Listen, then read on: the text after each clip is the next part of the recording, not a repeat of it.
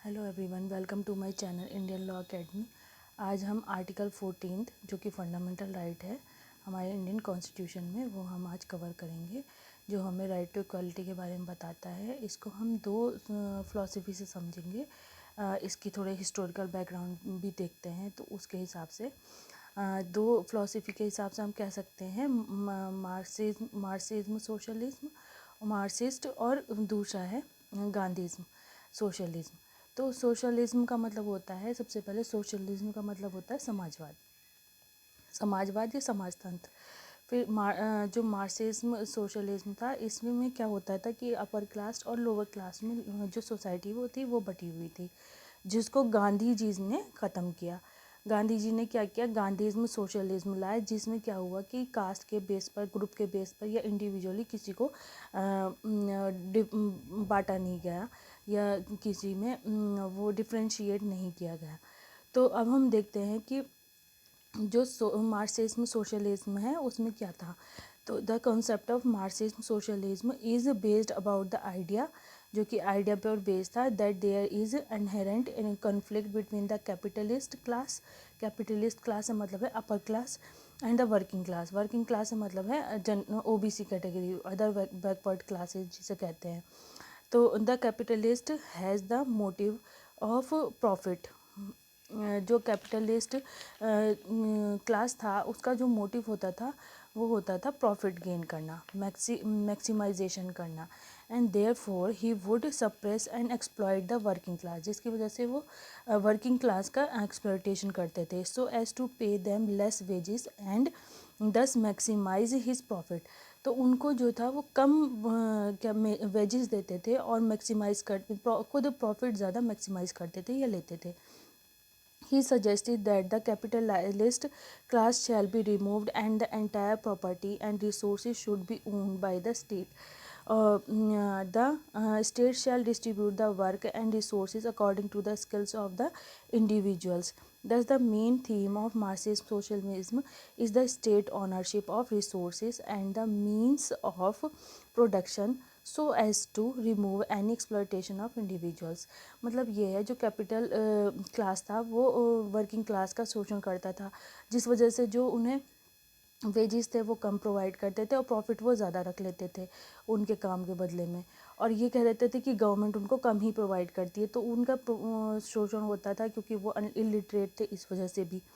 तो इसमें एक्सप्लोइटेशंस बहुत ज़्यादा था किसी भी इंडिविजुअल्स का, इंडिविजुअली बहुत ज़्यादा उन लोगों का एक्सप्लोइटेशन होता था वर्किंग क्लास का।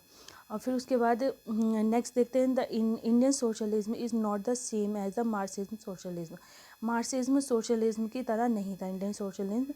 इन the Indian socialism the policy of equal distribution of wealth and non concentration of wealth and resources is just one element, and it is in the form of directive principles of state policy. It is not the end of the socialism in India, rather it is just one means to attain the layer socialism. इसमें जो था Indian socialism में या गांधीज्म socialism में इतना शोषण नहीं होता था लोगों का, लेकिन ये है कि यहाँ पर इस directive principles of the state policy को फॉलो करने के लिए कहा जाता के फॉर्म में था, उसे फॉलो करने के लिए कहा जाता था, जो कि यहाँ पे भी होता था लेकिन इतना नहीं होता था, इतनी मतलब सही तरीके से या सही मायने में इसका सही इस्तेमाल नहीं हो रहा था। तो इस वजह से Indian socialism is a blend of Marxism and Gandhism socialism, तो दोनों का कंबाइन करके हमने इसको इस्तेमाल किया। फिर उसके बाद नेक्स्ट देखते हैं, Gandhi socialism more about social justice and upliftment, जिसका पर्पस था सोशल जस्टिस करना, लोगों के साथ जो कम्युनिटी थी, कम्युनिटी या ग्रुप में उन्हें ना डिवाइड करना, जो सोसाइटी थी उसको, और उसको अपलिफ्ट करना, जो लोअर क्लास था उसे अपर क्लास के बराबर लाना, इसका मेन पर्पस था, जो कि अभी भी है। राइट टू इक्वलिटी का भी पर्पस यही है। तो upliftment of the downtrodden in Gandhism socialism, the various vices existence in the society shall be removed and there shall be a complete justice between the individual and groups, जो कि एक अच्छा क्या करता है, जस्टिस प्रोवाइड करता था, and any such societal practice, societal practice करने के लिए, which results into any suffering of an individual और groups shall be removed. Mahatma Gandhi was oppose to the practice of the untouchability को रिमूव किया या ख़त्म किया, जो कि आर्टिकल 17 में दिया हुआ है। And he supported the measures to be taken by the state to remove poverty, और वो सारे मेजर्स को भी वो फॉलो करते थे जो स्टेट गवर्नमेंट या गवर्नमेंट ने प्रोवाइड किए थे, क्या पॉवर्टी को ख़त्म करने के लिए। In his philosophy there should be an equality of status and opportunity. उनकी जो फिलोसफी थी वो सभी को इक्वल प्रोटेक्शन देना, किस बेस पर, इक्वलिटी स्टेटस की और अपॉर्चुनिटी की प्रोवाइड करने से थी। Though he is not efforts the caste and the varna system, तो वो कास्ट और वर्ण सिस्टम को फॉलो नहीं करते थे, कौन, Gandhi ji. But he was strongly opposed to the misgivings of that system. In the Gandhian theory, there should be a complete social security to all individual or groups in all walks or pupils life from cradle to grave। मतलब जन्म से लेकर मृत्यु तक वो equally उनको protection provide करना चाहते थे। In the Indian socialism equal distribution of wealth, equal distribution of जो वेल्थ थी is important but not by compulsive mechanism rather persuasive means. मतलब ये है जो इक्वल डिस्ट्रीब्यूशन ऑफ वेल्थ थी वो प्रोवाइड तो की जाती थी, लेकिन उसका कोई करेक्ट मैकेनिज्म नहीं था, जिस वजह से काफ़ी मतलब हद तक जो एक्सप्लोटेशन था वो फिर भी मतलब रुका नहीं और वो भी जारी रहा। An individual shall be totally free to make his own efforts to raise his status in the society, but that has to be coupled by the efforts of the state, the growth of the individual personality।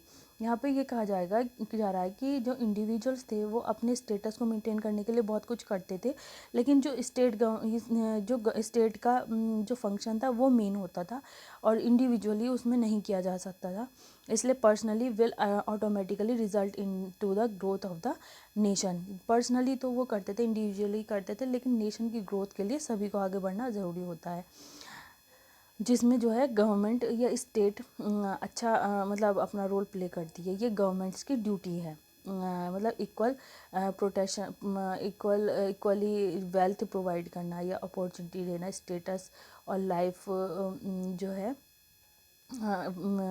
Status और life को protect करना, ये state की government है, ये government का ही एक क्या है, ड्यूटी है, स्टेट ड्यूटी है, जो कि ग्रोथ करेगी, नेशन क्या करेगी, ग्रोथ करेगी। But in the process the individual maintains his distinct identity and his personality.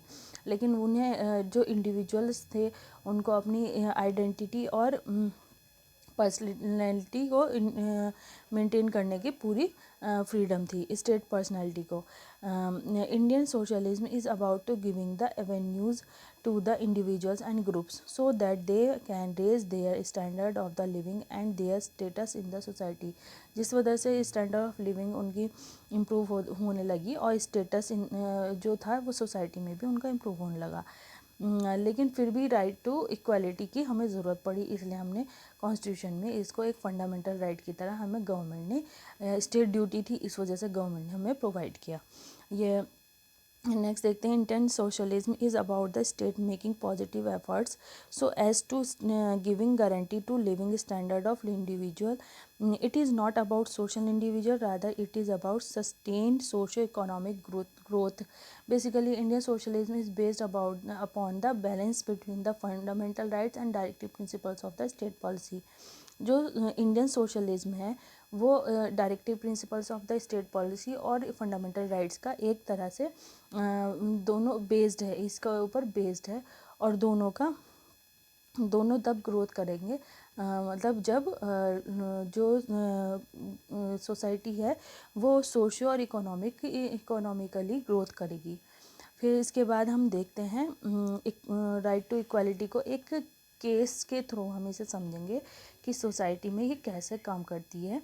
ठीक है, Delhi science forum versus union of India AII 1995 supreme court का केस है। इसमें एक क्वेश्चन भी रेज हुआ, is economic liberalisation against the socialism which is the part of basic structure. इसे हम देखते हैं, इसका आंसर देखते हैं। Equal distribution of wealth is a socialism.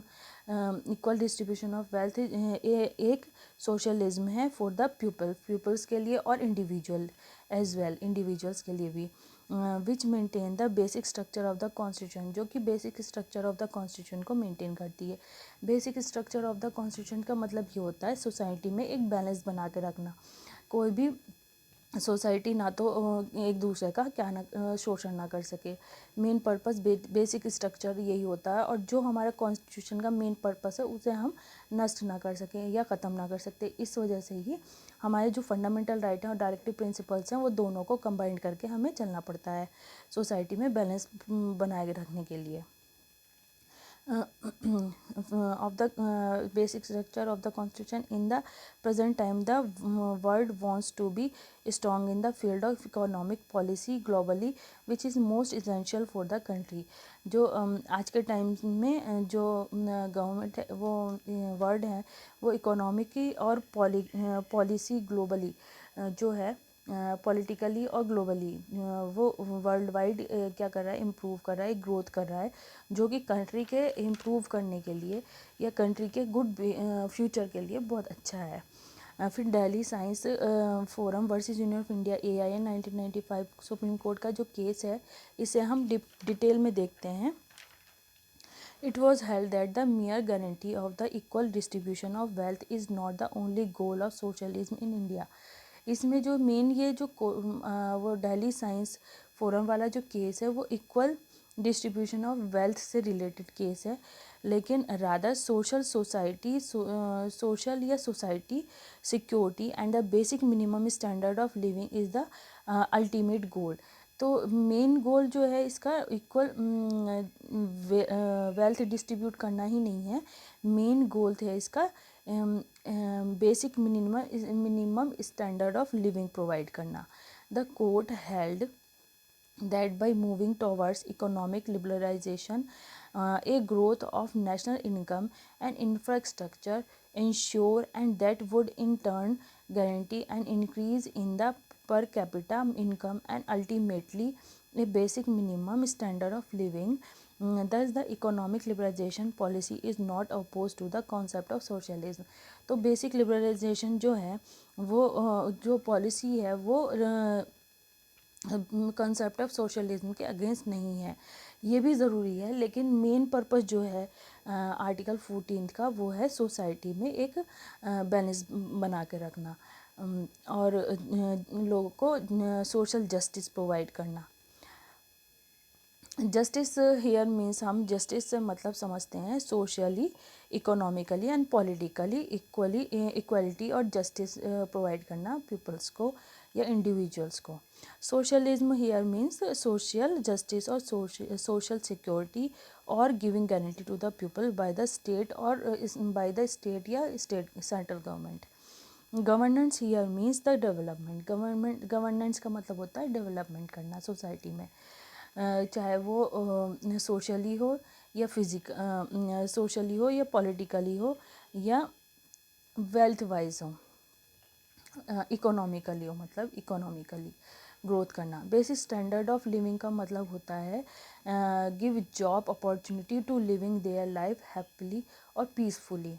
एक तरह की इंश्योर करता है, ये गवर्नमेंट की ड्यूटी है peoples towards people to ensure their life peaceful और हैप्पी लाइफ, तो उनको और स्टैंडर्ड ऑफ लिविंग मेंटेन करने के लिए। तो आर्टिकल 14 राइट टू इक्वालिटी जो है पर्पस इंटरप्रिटेशन जो है इसका पर्पसिव इंटरप्रिटेशन मीन्स है सोशल जस्टिस का, सोशल जस्टिस प्रोवाइड करना। फिर नेक्स्ट हम इसका एक और केस लॉ देखते हैं, अशोका कुमार ठाकुर वाला versus union of India and others AIR 2008 का केस है सुप्रीम कोर्ट 10 अप्रैल 2008। इसमें जो है एजुकेशन सिस्टम शुड भी रिफॉर्म होना चाहिए, इसके बारे में कहा गया है, क्योंकि किसी भी सोसाइटी को मेंटेन करने के लिए एजुकेशन बहुत ज़रूरी है। तो इसको हम डीपली देखते हैं, इसमें क्या कहा गया है। Equality before the law which is negative phrase, तो इक्वलिटी बिफोर द लॉ जो है वो नेगेटिव फ्रेज है, क्योंकि लॉ से ऊपर कोई नहीं है। अगर मान लीजिए कोई लॉ को वायलेट करेगा या सोसाइटी में लॉ एंड ऑर्डर मेंटेन नहीं होगा तो वो पर्पसलेस हो जाएगा वो लॉ। तो कोई भी इंडिविजुअल हो या ग्रुप हो तो वो क्या नहीं कर सकता, वो सोसाइटी को मेंटेन करने के लिए लॉ को उसको फॉलो करना पड़ेगा।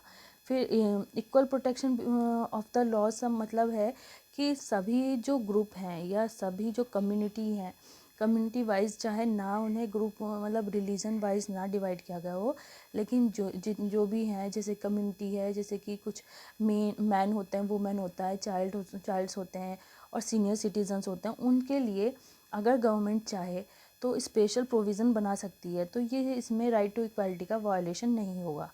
इस फ्रेज का मतलब ये है। जैसे इसमें 3 हम वो देखते हैं, पॉइंट्स देखते हैं, जैसे कि रूल ऑफ लॉ, मतलब रूल ऑफ लॉ को हमें फॉलो करना पड़ेगा राइट टू इक्वलिटी को मेंटेन करने रखने के लिए। फिर रीजनेबल क्लासिफिकेशन हम कर सकते हैं, ये गवर्नमेंट कर सकती है फॉर अपलिफ्टमेंट की वजह से या सोशल जस्टिस प्रोवाइड करने के लिए इंडिविजुअल्स को और पूरे ग्रुप्स को या सोसाइटी में एक रीजनेबल क्लासिफिकेशन कर सकते हैं सोशल जस्टिस मेंटेन रखने के लिए, ये कह सकते हैं। फिर डॉक्ट्रिन ऑफ रिजर्वेशन, जो डॉक्ट्रिन ऑफ रिजर्वेशन है वो इसके थ्रू हो सकता है अपलिफ्टमेंट। मेन जो पर्पस है रिजर्वेशन का वो यही है, ना कि पॉलिटिकल एजेंडा होना चाहिए रिजर्वेशन के पीछे। रिजर्वेशन के पीछे मेन पर्पस जो है कॉन्स्टिट्यूशन के अकॉर्डिंग वो होना चाहिए कि वो सोसाइटी में जस्टिस मेंटेन रखे और जो लोअर कैटेगरी है उसको एक तरह से क्या दे, अपलिफ्टमेंट देने के लिए होता है। क्योंकि हमने देखा है मार्क्सिज्म सोशलिज्म जो था उस टाइम पे बहुत एक्सप्लॉयटेशन होता था वर्किंग क्लास का, इसी वजह से यहाँ पे रिजर्वेशन की हमें राइट टू इक्वलिटी मेंटेन करने के लिए ज़रूरत पड़ी। अभी से लेकिन हम फंडामेंटल राइट्स का वायलेशन नहीं कह सकते रिजर्वेशन करना, क्योंकि मेन इसका जो पर्पस सोशल जस्टिस मेंटेन करने के लिए, ना कि किसी के राइट्स को वायलेट करने के लिए। और अगर कहीं राइट टू इक्वलिटी जहाँ अगर कहीं किसी का शोषण होता है, एक्सप्लॉयटेशन होता है राइट टू इक्वलिटी मेंटेन करने के चलते रिजर्वेशन की वजह से, तो वो अनकॉन्स्टिट्यूशनल होगा। नो डाउट्स वो अनकॉन्स्टिट्यूशन होगा, उसमें कोई भी डाउट नहीं रहेगा। लेकिन अगर नहीं होता तो वो सोशल जस्टिस के लिए ठीक रहेगा। ये इसका एक तरह से एक्सेप्शन भी कह सकते हैं राइट टू इक्वलिटी का रिजर्वेशन सिस्टम को। फिर उसके बाद हम आर्टिकल 14 के जो है इक्वलिटी बिफोर द लॉ में देखते हैं कि इक्वलिटी बिफोर लॉ से मतलब क्या है, इसे डिटेल में देखते हैं। Generally this phrase has 2 dimension, एक तो निगेटिव फ्रेज होता है और एक पॉजिटिव फ्रेज होता है। निगेटिव फ्रेज से मतलब है या रेस्ट्रिक्टिव डायमेंशन, रेस्ट्रिक्ट किया गया है कहीं जगह पर। जैसे the doctrine of rule of law means it means that it is a law which is superior. ये जो लॉ है वो ही सुपीरियर होगा and not an individual superior नहीं होगा। It is the law which governs and no individual can rise above the law. जो law है वो मेंटेन करने के लिए सोसाइटी को, इसलिए जो सोसाइटी है वो लॉ से चलेगी, ना कि सोसाइटी से लॉ चलेगा। तो लॉ सबसे क्या कहा गया है, ऊपर कहा गया, इसलिए इसको निगेटिव फेस भी कह सकते हैं, क्योंकि लॉ जो है सबसे ऊपर माना गया है। There may be some privileges granted to an individual due to that post he holds, but he also cannot rise above the law। उसे थोड़े से प्रॉफिट मिल सकते हैं उसकी पोस्ट की वजह से, लेकिन वो लॉ से ऊपर नहीं होगा। जैसे कि स्पेशल प्रोविज़न बनाए जाते हैं उसमें। इट इज़ कॉन्स्टिट्यूशन, क्योंकि ये कॉन्स्टिट्यूशन है, विच इज़ सुप्रीम, जो कि सुप्रीम होगा, and not the constitutional functions और फंक्शनरीज। फिर नेक्स्ट देखते हैं doctrine of non discrimination. The state can not discriminate between individuals और certain grounds, read with Article 15 Clause 1 and Article 16 Clause 2. Even in certain cases, private individuals cannot discriminate. For example, Article 15 Clause 2 and Article 29 Clause 2 में ये non discrimination है। Discrimination तो मतलब मना किया गया है, डिस्क्रिमिनेशन नहीं किया जाएगा, राइट टू इक्वालिटी का वायलेशन होगा वरना। और अगर मान लीजिए डिस्क्रिमिनेशन करना पड़े तो नॉन डिस्क्रिमिनेशन किया जा सकता है, लेकिन वो होना चाहिए, कुछ सर्टेन ग्राउंड्स होना चाहिए उसमें। जैसे स्पेशल प्रोविज़न बनाए जाते हैं वुमेंस के लिए, रिजर्वेशन दिया जाता है, चाइल्ड्स के लिए कुछ राइट टू, जैसे राइट टू एजुकेशन है, आर्टिकल 21A में स्पेशल प्रोविज़न दिए गए हैं, तो वो जो है राइट टू इक्वालिटी का वायलेशन नहीं कहा जाएगा, क्योंकि ये अपलिफ्टमेंट के लिए और सोशल जस्टिस के लिए है।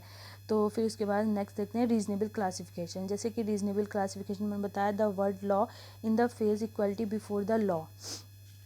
इक्वलिटी बिफोर लॉ से मतलब includes within itself the plurality of law, that is law implies laws as well and as well as it is implicit that article 14th also includes the equal application of the specific laws। specific laws मतलब है जैसे कि dowry prohibition act जो कि women's को provide किए गए हैं, या जो जैसे कि प्रोटेक्शन लॉ हैं, वुमेंस हेल्पलाइन नंबर चलते हैं प्रोटेक्शंस के लिए, रेप जो विक्टिम होती हैं उनके लिए स्पेशल कोर्ट्स खोले जाते हैं, जिससे कि उन्हें जल्दी फास्ट कोर्ट होते हैं, फास्ट ट्रैक कोर्ट होते हैं, उनमें उनके हियरिंग होती है, जिससे कि जल्दी उन्हें जजमेंट या जस्टिस मिल जाए। मेन पर्पस उसका ये होता है। फिर इसके बाद में देखते हैं अकॉर्डिंग टू एरिस्टोटल। एरिस्टोटल ने क्या कहा, law can not be applied upon individuals, या किसी मतलब लॉ इंडिविजुअल्स पर अप्लाई नहीं होगा, मतलब उसमें पार्शियलिटी नहीं की जाएगी। फिर purpose of that law, reasonable criteria और रीजनेबल डिफरेंशिया में क्या डिफरेंट है। Nexus of law, for the purpose of classification, firstly the purpose of the law has seen in the light of that law a criteria has to be determined on the basis of which the classification will be made। इसमें कहा गया है कि classification किया जा सकता है, लेकिन कुछ टर्म्स एंड कंडीशन होनी चाहिए उसके अकॉर्डिंग। दिस क्राइटेरिया और differentia should have a reasonable nexus with the purpose of that law, and all persons falling within the reasonable differentia will fall within the domain of the law, and law shall apply equally upon each of them, and upon the ones who fall outside the domain of that law this is called reasonable classification। दो जो उस domain से बाहर चल जाते हैं वो reasonable classification में आ जाते हैं।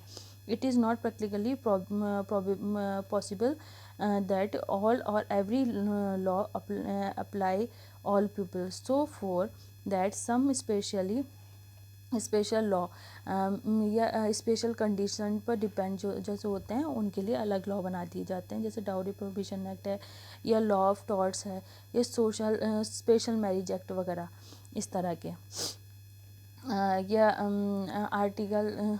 फिर इसके बाद हम देखते हैं इसके बाद हम देखते हैं कि पॉजिटिव एस्पेक्ट ऑफ आर्टिकल 14 का क्या है। The proactive role of the state, social justice.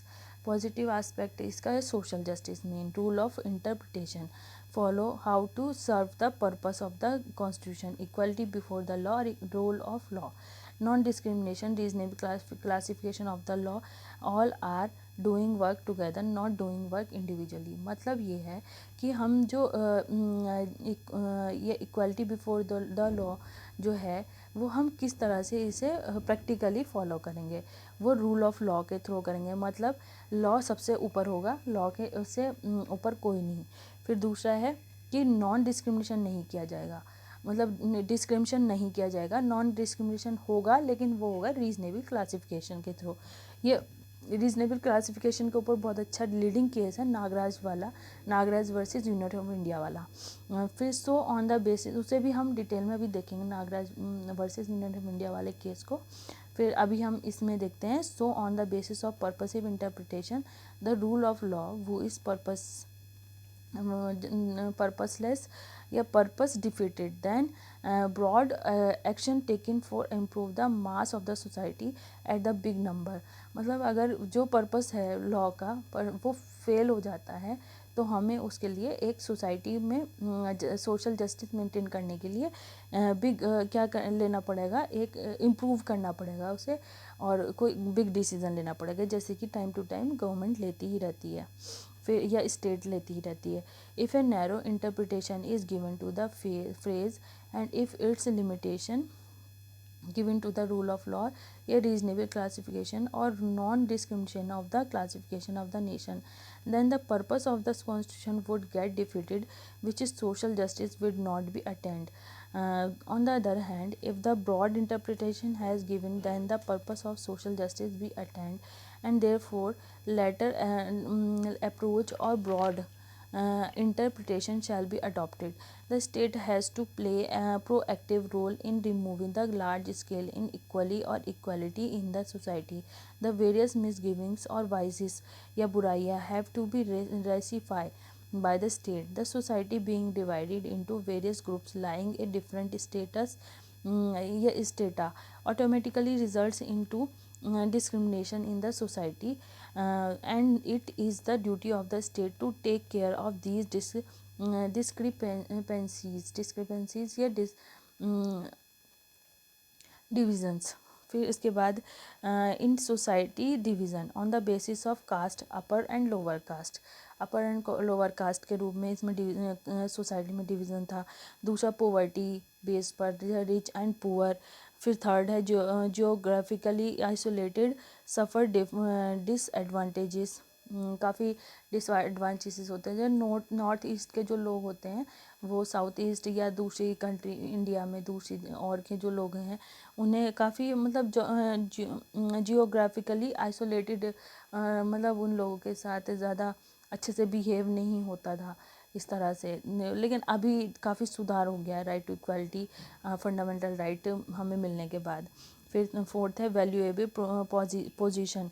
जैसे कि कुछ ग्रुप्स को वैल्यूएबल पोजीशन मिलती है, जैसे चाइल्ड हो गया, वुमेन हो गया, सीनियर सिटीजन्स हो गए, ओल्ड एज या senior citizen, special blessed child जो होते हैं उन्हें.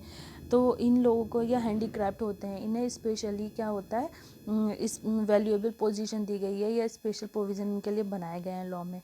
तो वो इसलिए बनाया गया सोशल जस्टिस मेंटेन करने के लिए, और मेन पर्पस है इसका सोशल जस्टिस और अपलिफ्टमेंट और एक्सप्लॉयटेशन से बचाने के लिए.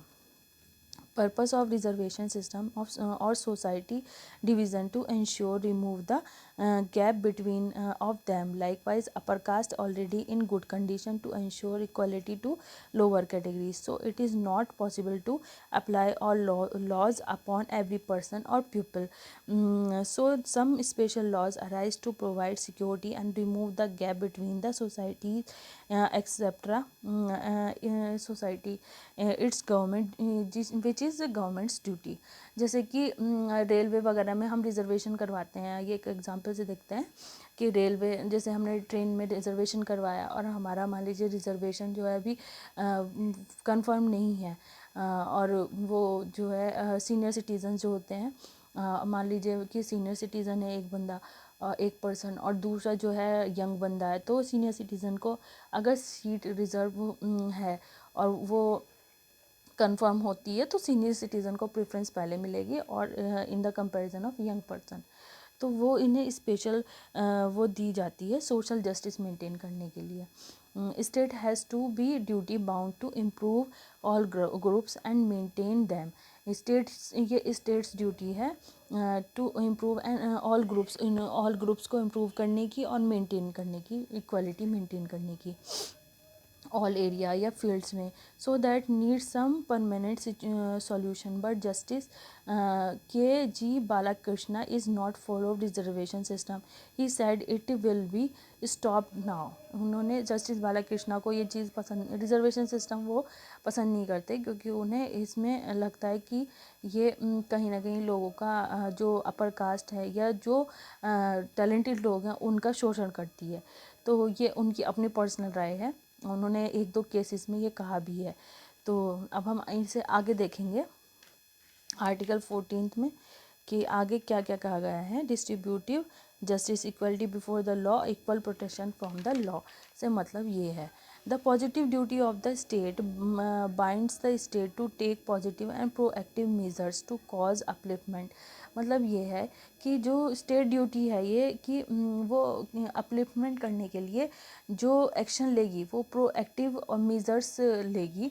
वो ऐसे नहीं होने चाहिए जो दूसरे जो अपर कास्ट है या जो लोअर कास्ट में जो वो है अपलिफ्टमेंट का जो पर्पस है वो पर्पसलेस कर दे, ऐसा नहीं होना चाहिए। Which is called proactive and welfare in the society by the state, ये by the state in favour of the said classes. The said action of the state is justified on the ground of social justice, and therefore even though it is practically amounts to class legislation, it will not be unconstitutional. It is no doubts a discrimination in favor of one group of persons. These are vice other groups. It is still constitutionally justified and accepted from the state as it is for the welfare of these groups and for the purpose of bring large scale equality in the society. मतलब ये है कि ये large scale purpose provide करेगा society में upliftment करने के लिए, लेकिन ये जो होना चाहिए प्रोएक्टिव वो निकालना चाहिए, सॉल्यूशन निकालना चाहिए, ना कि ऐसी मतलब सिंपल वो नहीं होना चाहिए सॉल्यूशन। इससे मतलब जो अपर क्लास है उसका भी मतलब एक्सप्लॉयटेशन नहीं होना चाहिए, ऐसा कहा गया है। जो अपलिफ्टमेंट किया गया है, रिजर्वेशन सिस्टम ठीक है, लेकिन रिजर्वेशन सिस्टम वहाँ तक ठीक है कि जहाँ वो दूसरी पार्टी को इफ़ेक्ट ना करे या उसका एक्सप्लॉयटेशन ना करे, शोषण ना करे। सोशल जस्टिस जो है वो बना रहना चाहिए। फिर social justice, purpose behind the social justice is to uplift the society और सोसाइटीज़। फिर है lower groups from the exploitation और giving equal rights to income और एक्सप्लॉयटेशन, लाइक मनरेगा, जैसे मनरेगा स्कीम्स होती है, give security to the 100 days work surety और for welfare of the people, upliftment of the economically backward groups of the society. और जैसे कि ration वगैरह मिलता है सस्ते दामों पे, तो वो सब। फिर फॉर इक्वालिटी, ये एक एग्जांपल और देखते हैं हम, equality upliftment through pull and push. Pull here means like subsidies and reservation और special protection from the description. Description. On the other hand, push here means like strong foundation through education. Education के through strong foundation देना, provide करना। Spirit of the constitution, constitution का spirit क्या होगा? Indians can not allowed injustice in the society through social justice which efforts mass equality which is also the basic principle of the Indian constitution, जो कि basic principle भी है Indian constitution का। The constitution framers also found need to give reservation for upliftment to the lower and backward classes to protect from the exploitation से, protect करने के लिए। फिर equal protection of the law through positive face, 17th amendment जो है इसमें हुआ है, which is talking about the specific laws which is enforceable in the society for upliftment of the economically backward groups of the society. Law apply equally upon all groups for giving benefit of the society without partiality. Interpretation of the law changed by the caste. Interpretation of law changed by the caste by interpretation. Nagaraj versus union of India वाला case है, AIR 2006। Equal protection of the law here means equally distribution of the law and justice for upliftment, upliftment करना।